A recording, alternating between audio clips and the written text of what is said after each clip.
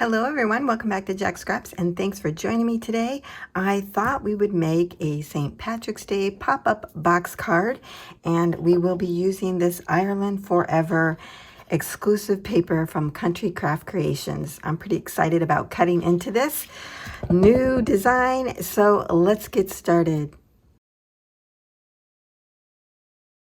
The first thing you're going to need is a piece of cardstock that is 6 inches wide by 11, and we're going to put the 11-inch side across the top of our scoreboard, and we're going to do some scoring. Our first score mark is 3 7/8.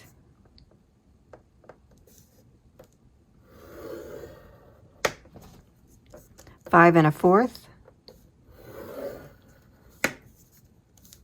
9 1/8, and 10 1/2.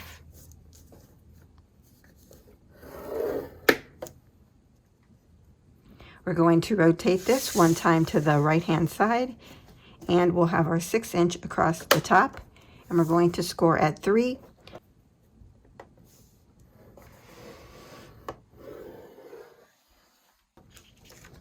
Okay. So your paper should look like this. Hopefully you can see it there on the camera. Next, we want to go ahead and burnish all of our score lines.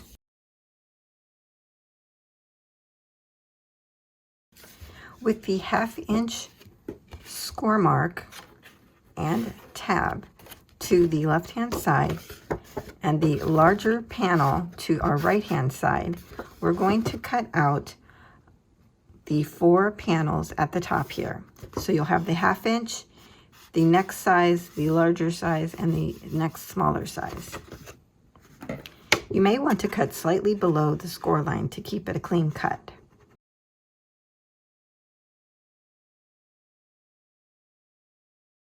What you have left will look like this. What's going to happen is we're going to put adhesive on the back side of this tab. We're going to bring that around to the back piece and glue that, and then we have our pop-up box. Now what we're going to do is set this piece aside, and we're going to work with the piece that we just cut out. On the side that has the 1/2-inch tab, what we want to do is cut that off. What we're making now is the inside, the little pieces that will hold our decorative pieces. This is the same width of our box, and so we're going to, you can make 1/2 inches or 3/4 inch. I prefer to make them a little bit thicker just for the weight. So we're going to go ahead and cut this to be 3/4 inch wide, and you need 2 of those. Now, if the paper needs trimmed from when we cut it off, go ahead and do that as well.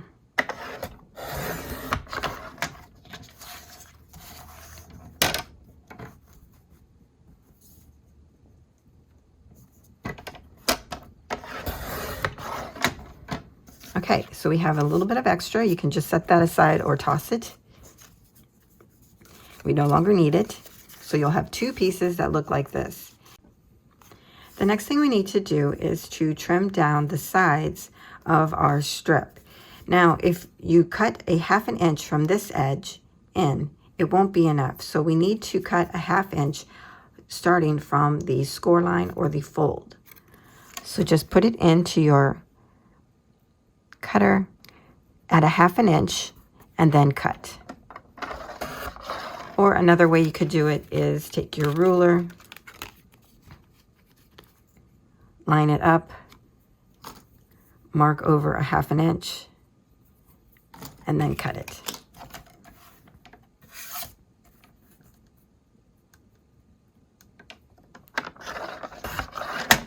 Just remember that our 1/2 inch needs to be from the fold on each side. So then we have little hinges like this. Okay, now we have our 2 little hinges and our main piece. We can start putting it all together. the first thing you're going to do is take one of the little hinges, is what I'm going to call it, and we're going to add adhesive to the outside of one of the tabs. So we're going to work here with the center piece, the smaller between the two larger blocks. We're going to put this about 1/4 of an inch down and 1/4 of an inch back. So you can just eyeball that to wherever you like it. And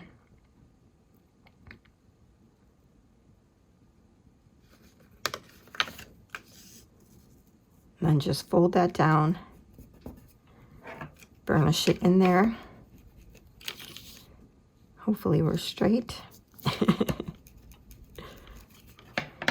And we're going to take our second hinge, add adhesive to the back of one of the tabs, and we're going to butt this tab right up to the back of this tab here. You see how I'm matching those up?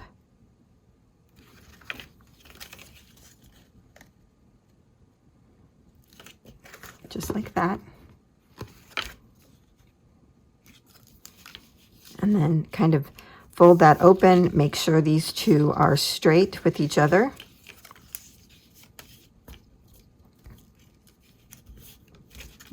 And give that a little burnish. Yep, those look good. We're going to fold these two tabs and add adhesive to the back of those. What we're going to do is fold these down, make sure our tabs are kind of folded down, and then we're going to fold up and over the right hand side.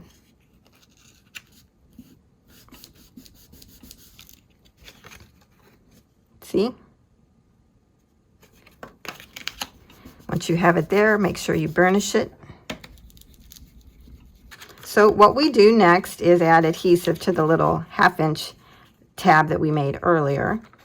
You can decorate this side now if you want, but if you do and then close this, you'll have this tab showing. So we're going to go ahead and add adhesive to the back of that. And again, we're just going to match that up to the back. Square it off.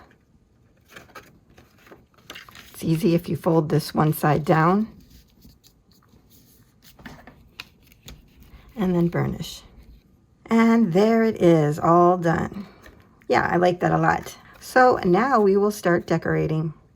For the decorative pieces for this box, I cut out this image of the man and woman dancing here and enjoying the festivities. And then I also fussy cut out the hat. I thought that was cute. So they end up looking like this. And I used Ranger Distress Ink Vintage Photo. So we have those images. And then I also have these coins from the Dollar Tree. I thought those might be fun to add. I don't know if I'm going to, but I wanted to have them just in case. Okay, so I've shown you the decorative pieces I'm going to be using, and now I want to give you the measurements to decorate the box. For the back piece on the inside, you're going to need 1 piece of decorative paper that is 3 5/8 by 5 3/4. And this will be placed back here, like that. Gives about 1/8 of an inch border. Now, I actually cut out 3 different pieces to decorate the sides of the box as well as the front.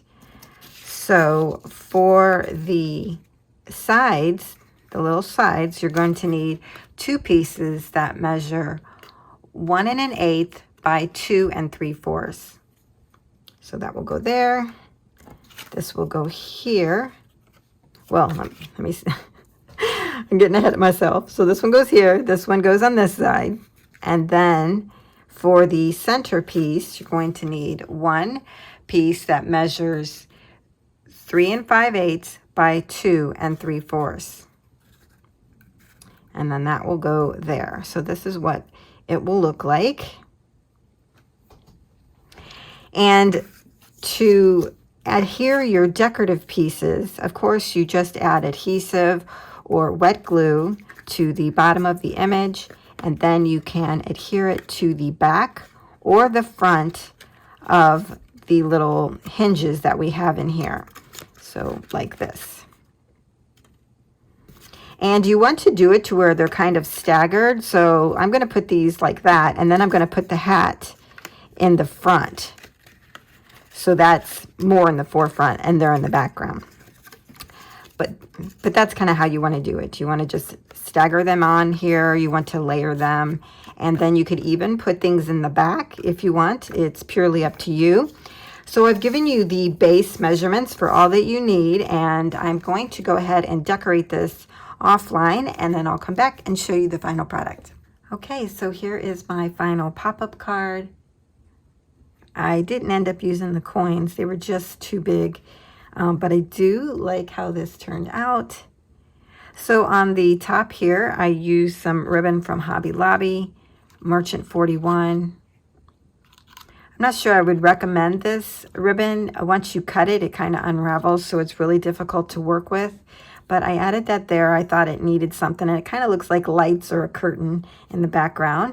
I did some more fussy cutting here and added those pieces for some decoration. I had this little Kiss Me, I'm Irish button in my stash, and I added it there on top of this lace. And this is By the Spool Willa lace. I got this at Joann's. I love this. And then I added the Bejeweled Sequin Gold by Yarn Bee. Just one little string across there, and it just really tied everything in together, all the gold tones. And so I'm loving that. Now on the back side, I did add another full piece, and then I added a little card where you could write your note. And this measures 3 3/8 by 2 1/2. And then again, I did some fussy cutting, and that kind of just blended it in with the background, so it wasn't just floating there. So I am really loving how this turned out. I hope you have enjoyed creating this pop-up card with me and have had a very happy St. Patrick's Day. And the kitty says hello as well. All right, everyone, that's it for today. See you next time.